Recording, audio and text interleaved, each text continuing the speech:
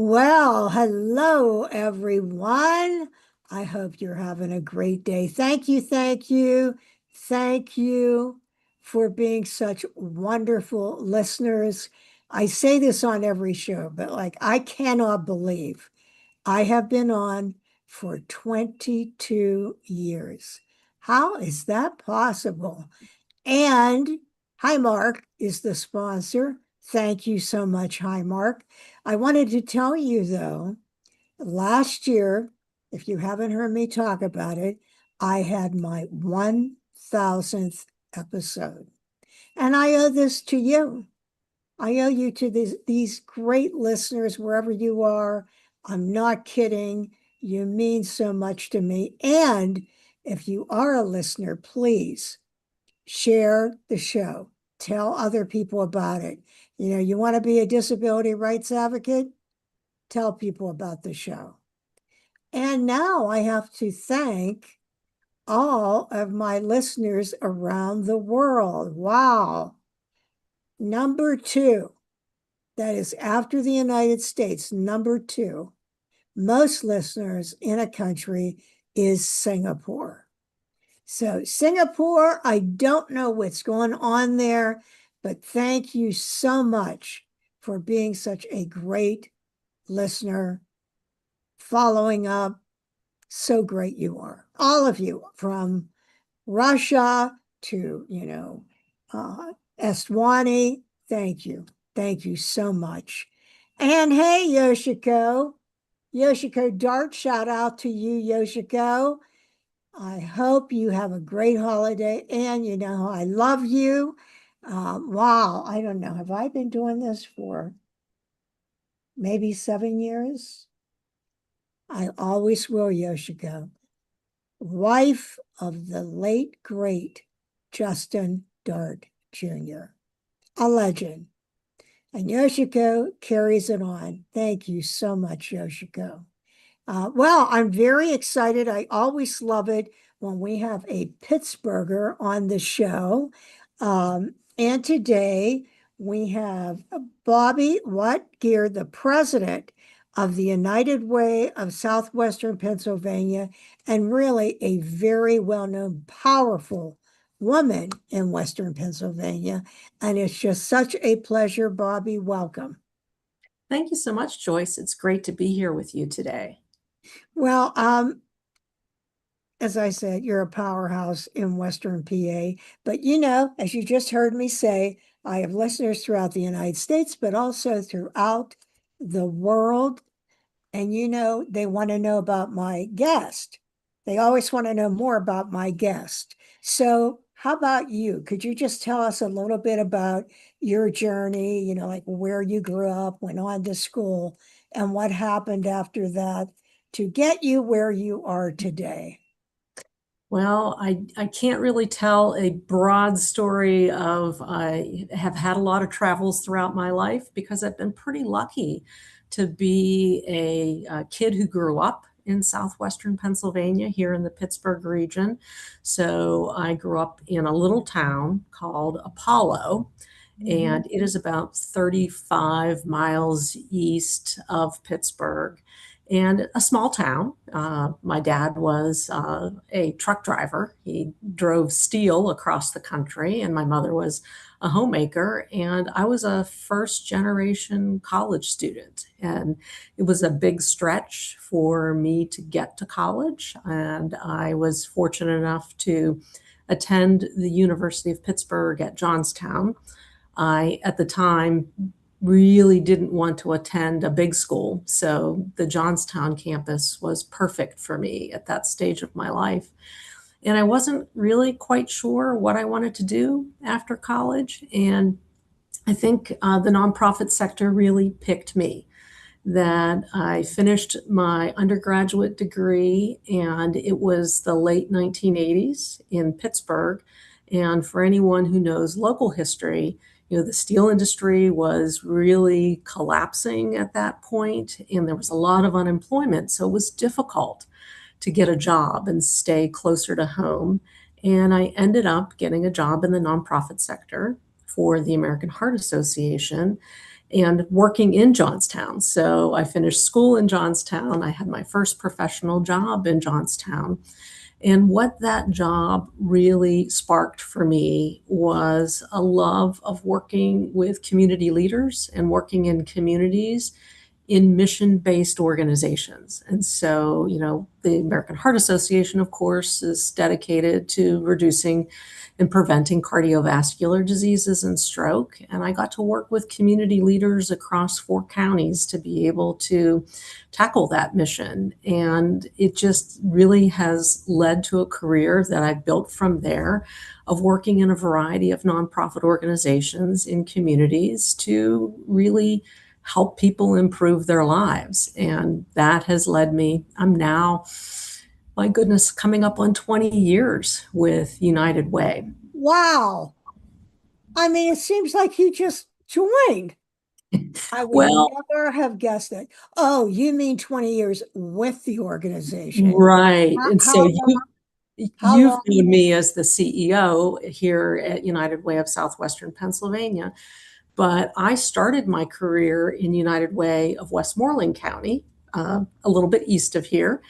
And so I've had 6 different positions across that 20 years with a couple of different United Ways. And what I really love about working with United Way is that we tackle a broad swath of human service issues in partnership with the business community, with nonprofit organizations, and with government as well.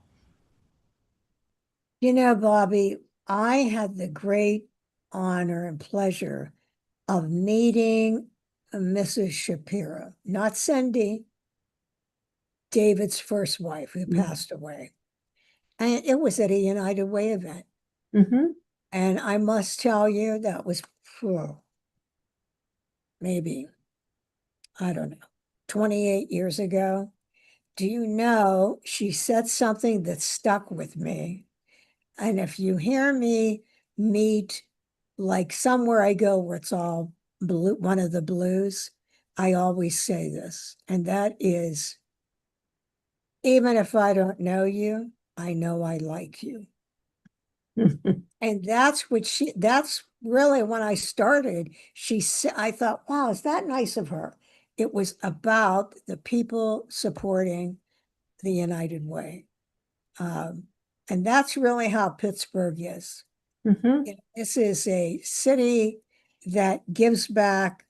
And I think it was the United Way that had that haunted house at Bear. Were It you? could be. Yeah, That might predate me, but yeah, Bear is certainly a longtime supporter, so that absolutely could be. yeah, yeah, they did. Yeah. Uh, but yeah, what a great company and what a great supporter. Would you say, Bobbi, that it's still like that in corporate America? I mean, I remember as I grew up, even 31 years ago is when I founded Vendor Consulting Mhm, Services.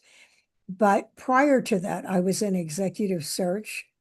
mhm. And when I would go to different corporations, they had everywhere about the United Way and Day of Caring and, all of it.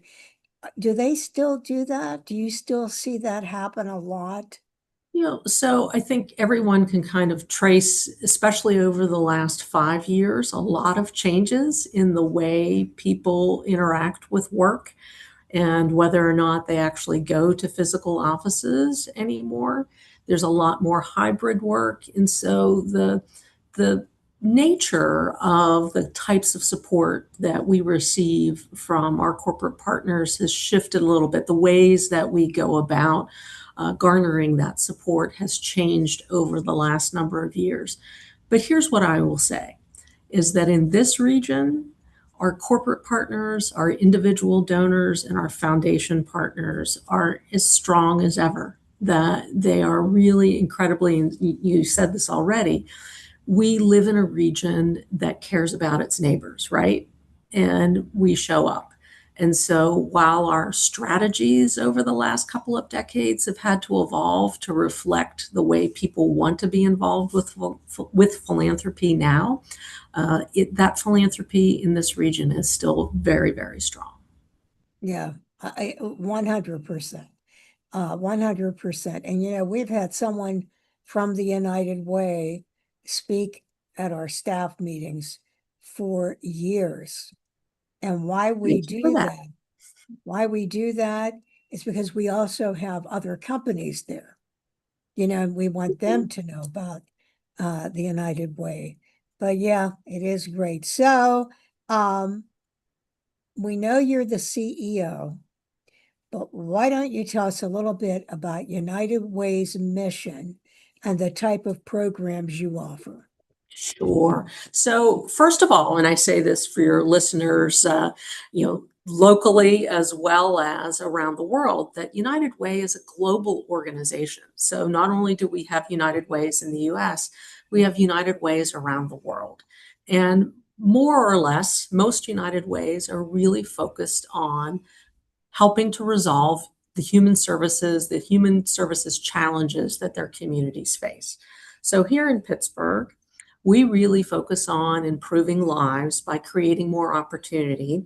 And we do that by helping people tap into services and programs that help them meet their basic needs, like housing and food and utility support, help them move to greater financial stability, get connected to meaningful work, and then help them also build for success in school and in life. And so we focus on funding programs and services that focus on those really key elements to helping people be able to thrive. And we believe that a community that has the ability, that all people have the ability to thrive, is a stronger community.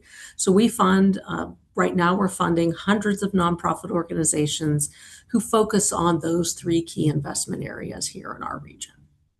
And what are they again? Your key Meeting areas? basic needs, moving to greater financial stability, and building for success in school and in life. So we really focus on education, financial stability, and helping people meet their basic needs. Wow, those are three great pillars. And one thing I wanted to ask you right here in Pittsburgh, what kind of programs do you have in the city? Well, we fund a wide variety again. So 150 programs we're currently funding, Wow. everything from, housing programs and programs that help support people who have experienced intimate partner violence, programs that connect people to job training and workforce programs.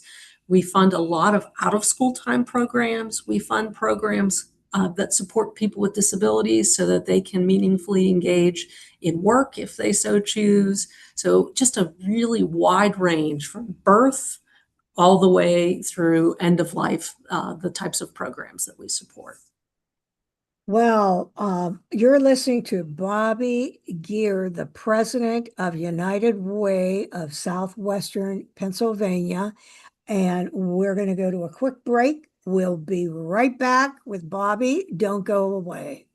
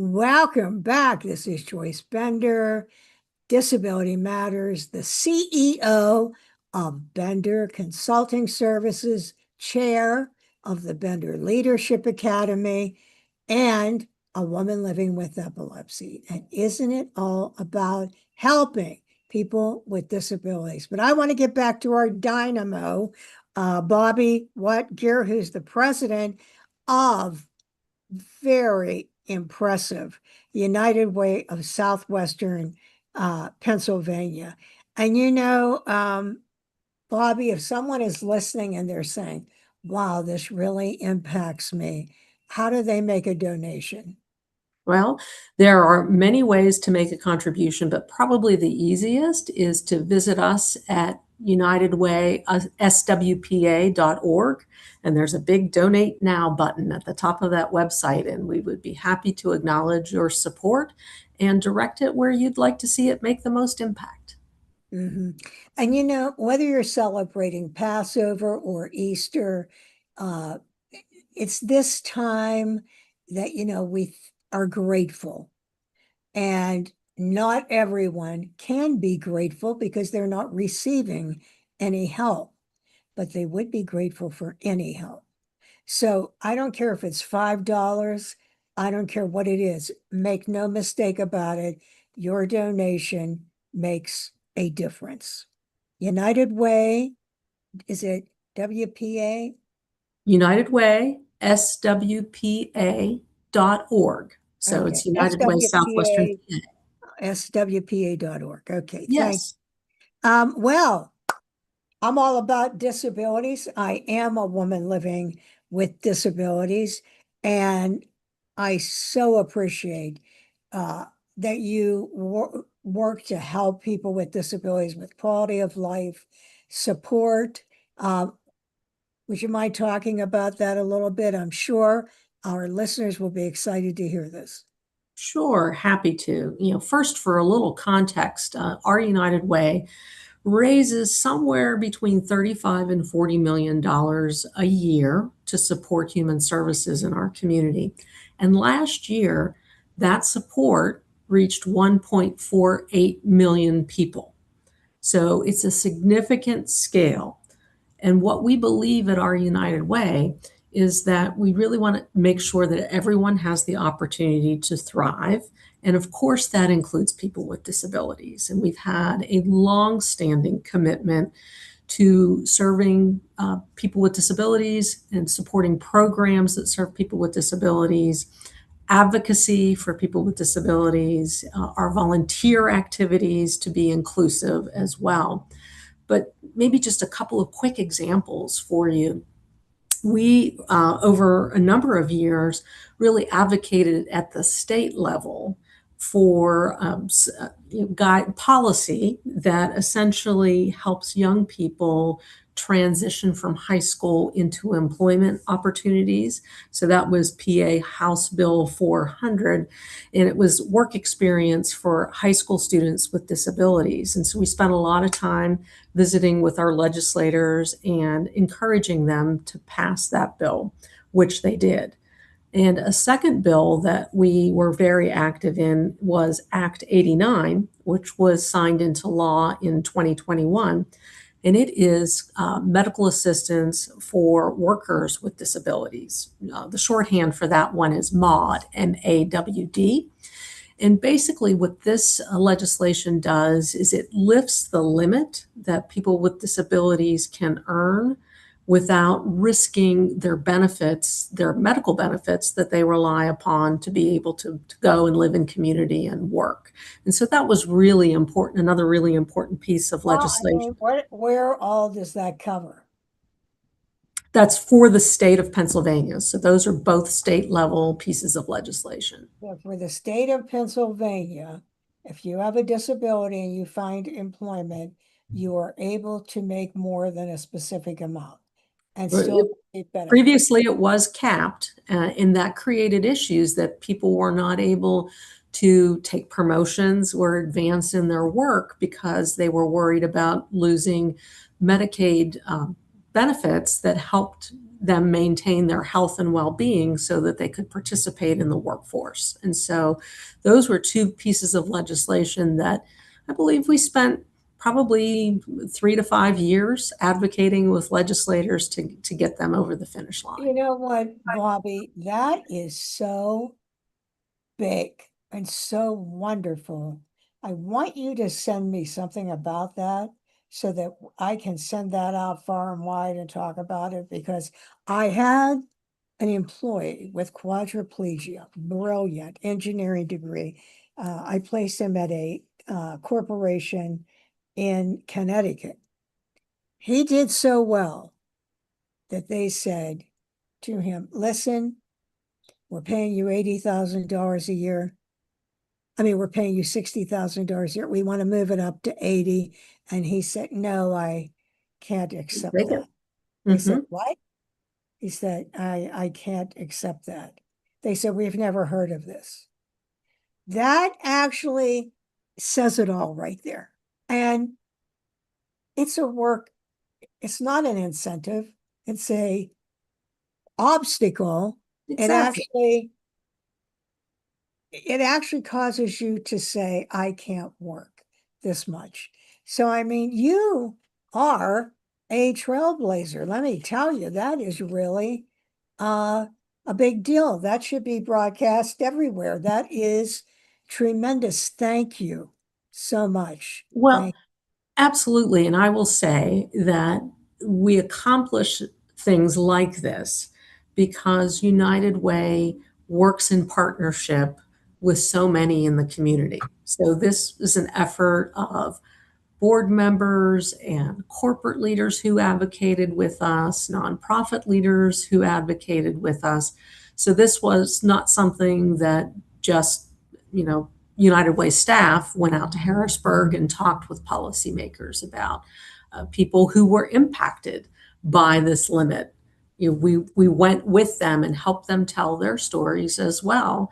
And so I think the point that I want to make is that United Way doesn't do this work in isolation, that we really rely upon partners and stakeholders and people who really want to work with us to be able to make this kind of change. And when did that pass? That was in 2021. And I have to tell you, I did not think it passed in all parts of Pennsylvania. So I see that is incorrect. Yeah. Thank you Yep. so much.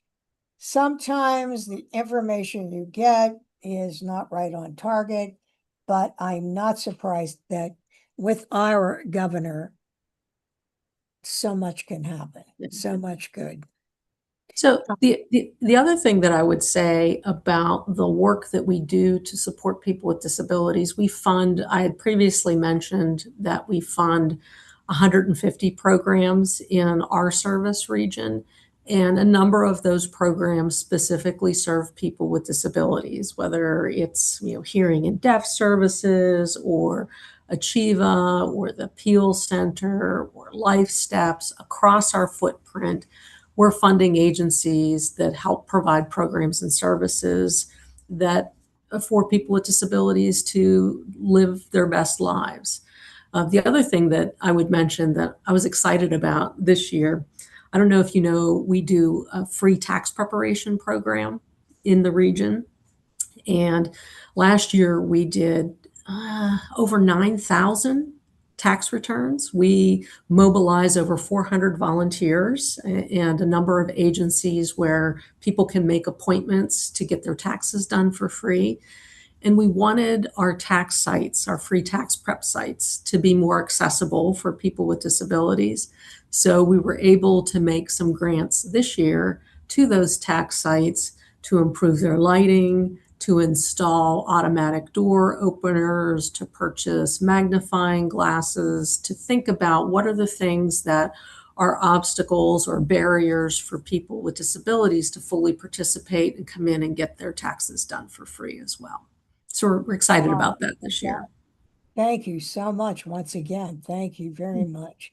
A lot of people don't think about that. They don't think about the accessibility component. I'm sorry to say that 98% of websites in this country are not accessible. 98. So that you'll talk to people and they'll say, oh, no, I'm pretty sure that we are accessible.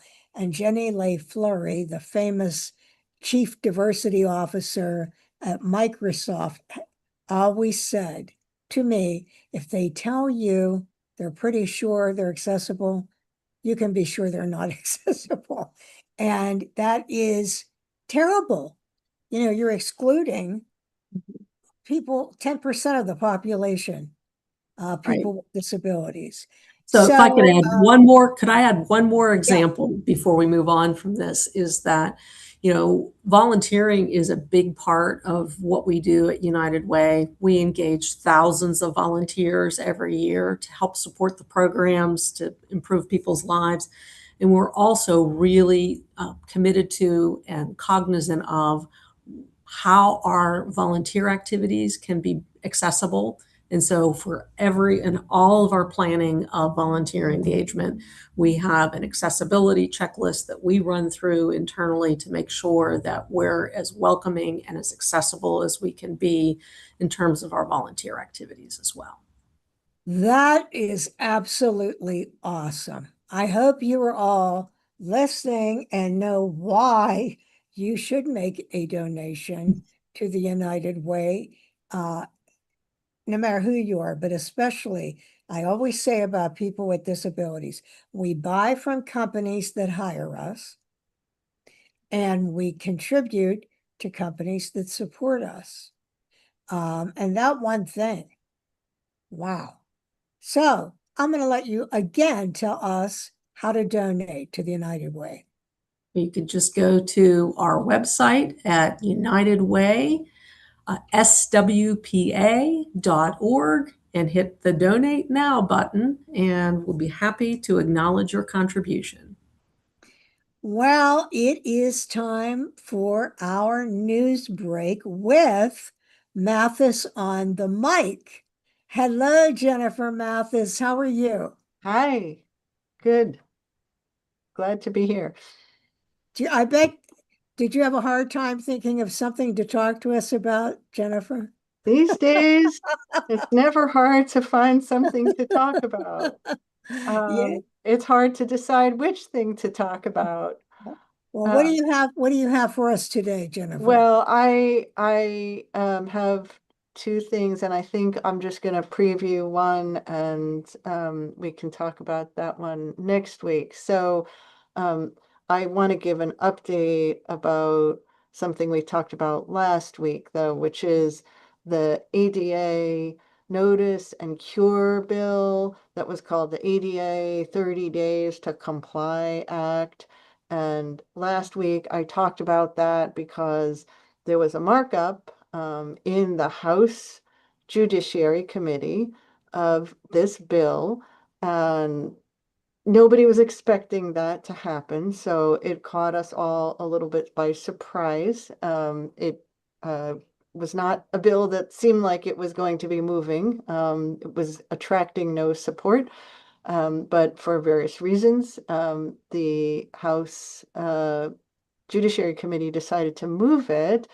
And what this bill was, I explained last week, is a bill that would make it much harder for people with disabilities to enforce their rights under the ADA's public accommodation provisions. Those are the provisions that apply to things like stores, hotels, movie theaters, private schools, all social service establishments, doctors' offices, homeless shelters, all kinds of privately operated places of public accommodation. And right now, um, people can bring a lawsuit. Typically, that's not the first step. Usually, people try to work out a problem if they encounter barriers with like architectural barriers. And that's what this bill is about, specifically architectural barriers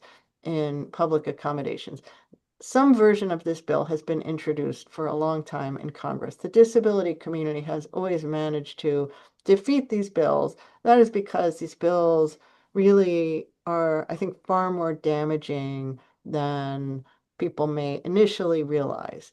What they do, and what this bill does in particular, is say you lose your right to bring a lawsuit if you are excluded from business or you have great difficulty accessing a business because of you have a disability and there's architectural barriers that violate the law.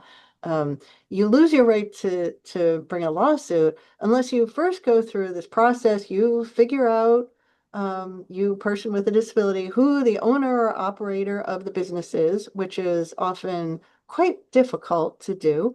And you write a very detailed notice to the owner or operator of that business explaining why they are violating the law and explaining the barrier that you encountered and educating the business about their legal obligations, because the theory behind this bill is 36 years after the ADA became law, it is still too difficult for businesses to understand their obligations, and we shouldn't expect them to. We should expect the person with a disability to be the one that educates the business about their obligations to comply with the law.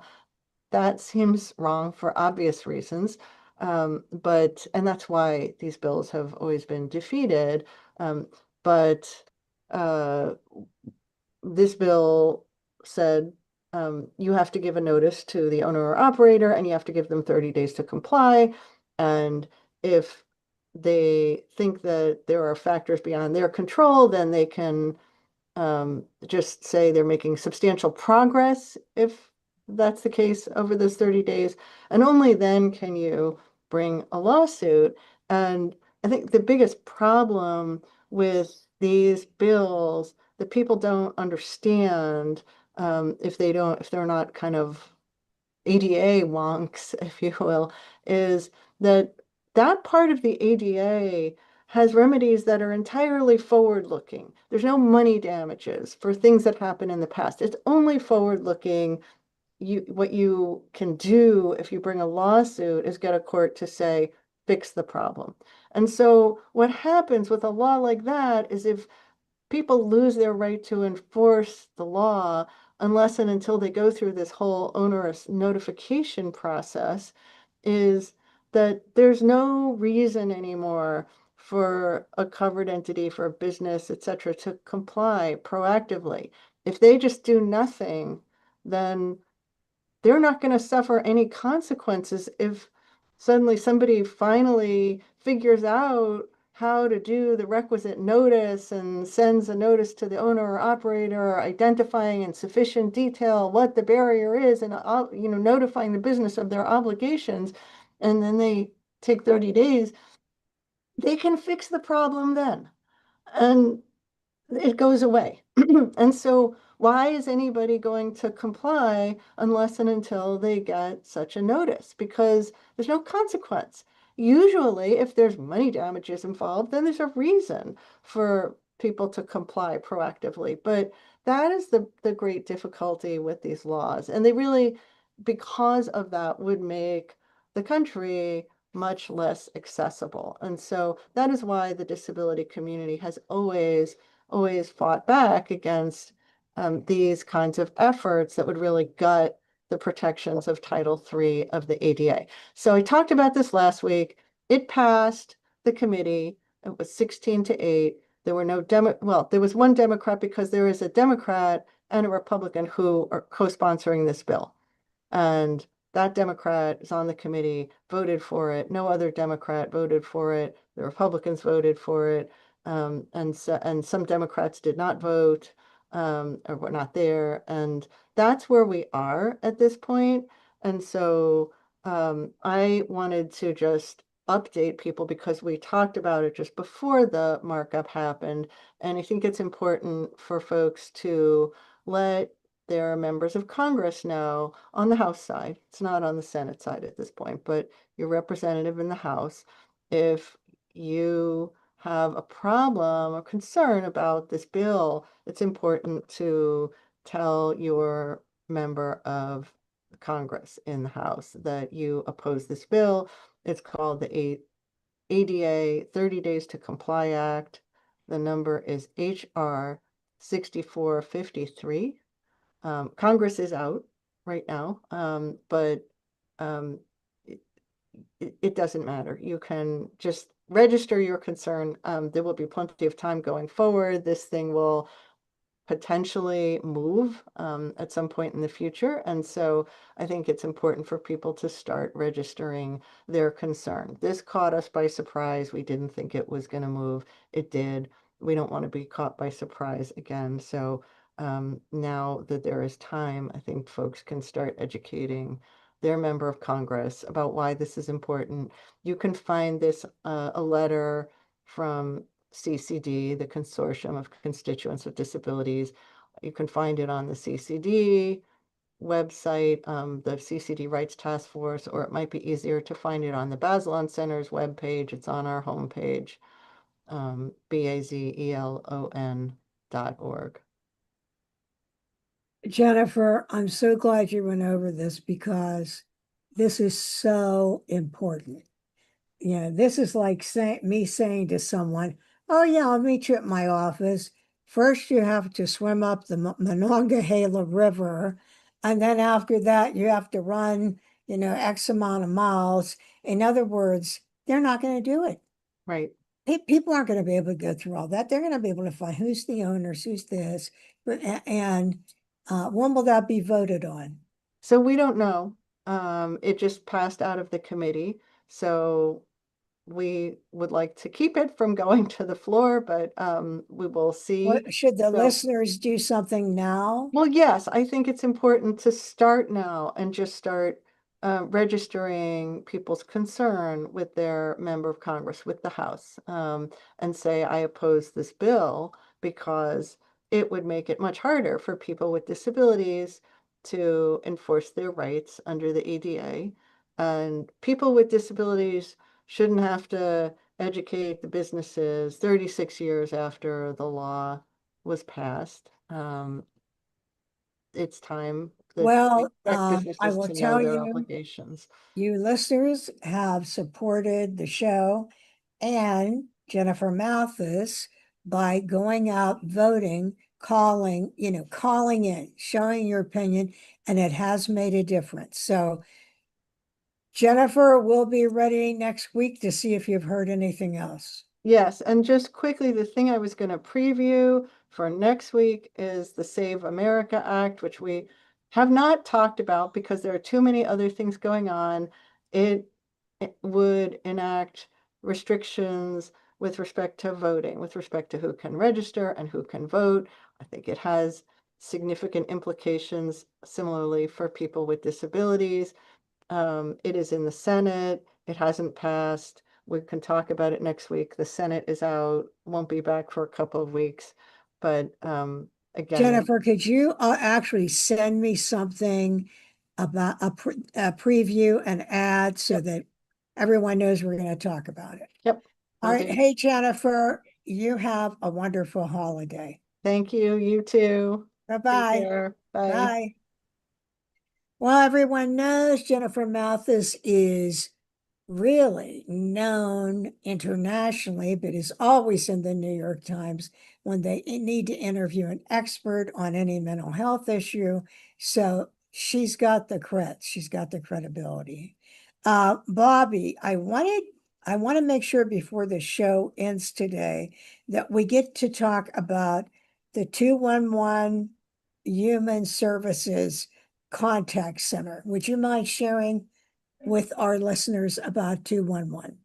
I'm happy to, Joyce. 211 is available across the country.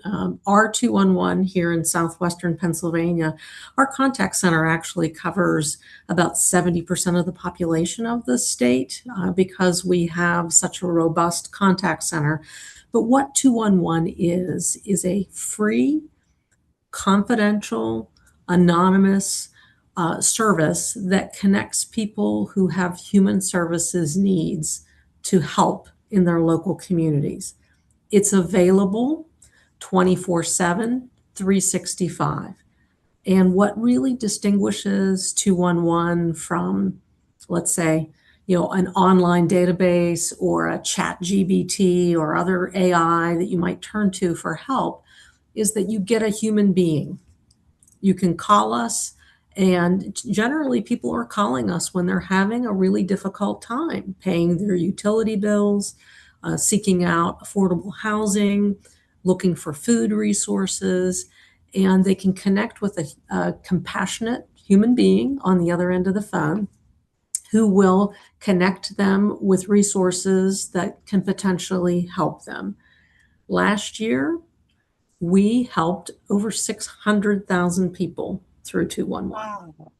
Now, that's a combination of over 150,000 live calls, plus people accessing our online resources for 211. But it's an indicator of how people are struggling in community, that we would have that volume of calls and texts and chats and web self-service to 211. It's free, it's anonymous, it's available all the time.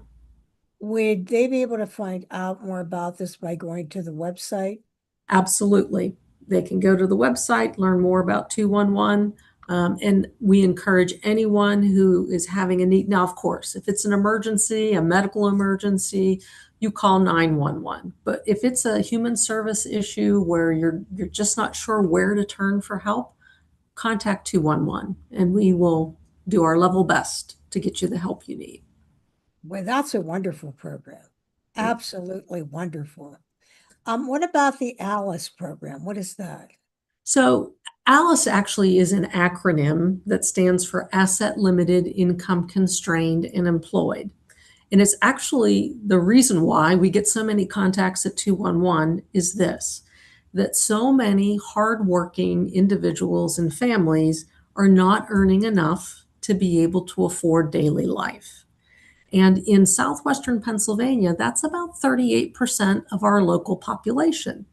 They're Wow. not earning enough to pay rent, utilities, pay for food, childcare, healthcare.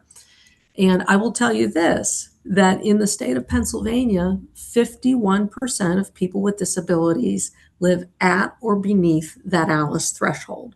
So disproportionately impacted by the affordability of daily life. And so that's why we get so many calls and contacts to 211, is because people are struggling to be able to meet their obligations, get connected to resources that help them be able to manage daily life. Yeah, that's why the late Marco Bristow used to say, disability and poverty often go hand in hand. And 1 in 4 people live with a disability. So, but 38%, is that below the poverty line? So the difference between the poverty guideline and the ALICE threshold is this.